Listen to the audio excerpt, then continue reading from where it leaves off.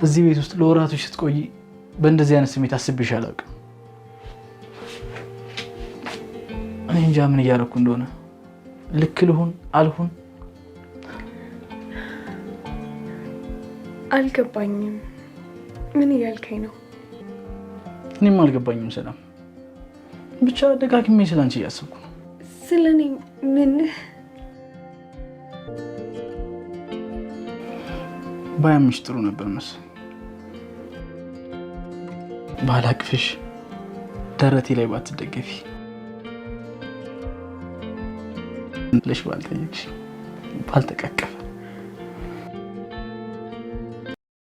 ሜሮን እስከ ዛሬ ስትለፋበት የነበረው ነገር በአንድ ደቂቃ ውስጥ ገደል ገባ። በጣም ደስ የሚል ነገር ተፈጠረ። ጆሲ ሁሉንም ነገር ለሳሚቾ በመናገሩ ሳሚ የመጨረሻ ውሳኔ ወስኖ ከዛ ቤት መንቅሮ አስወጣታል።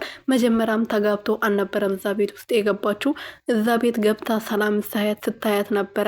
በግድ ሰላም ትቀማኛለች በማለት ከሱ የምታገኘው ገንዘብ አጣጥዋለሁ፣ ሰላም ትቀማኛለች በማለት ነበር ከጋሽ ግርማ ጋር ተነጋግራ እዛ ቤት ውስጥ የገባችው። ጋሽ ግርማም ደግሞ ያኔ ሰላምን ይፈልጋት ስለነበረ የራሱን ለማድረግ ይፈልግ ስለነበረ ሳይፋቀሩ በግድ እዛ ቤት እንድትገባ ያስደረጋት እሱ ነበረ።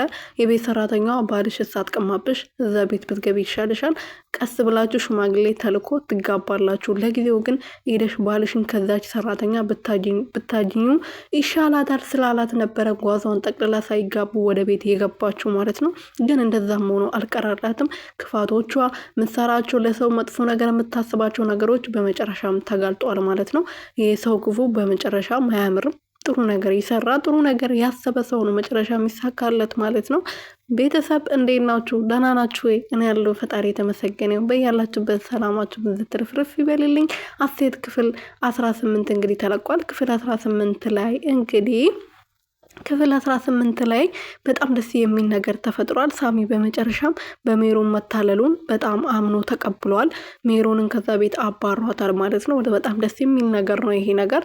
ሜሮን ለብዙ ወራት እሱ ላይ የማገጠች የእሱን ገንዘብ ሌላ ወንድ እየሰጠች እሱ ላይ ስትጫወት ከርማ ነበር። እንግዲህ በመጨረሻም ጆሲ በመምጣቱ ሳሚ ነክቶ እንግዲህ እውነቱ ታውቋል ማለት ነው።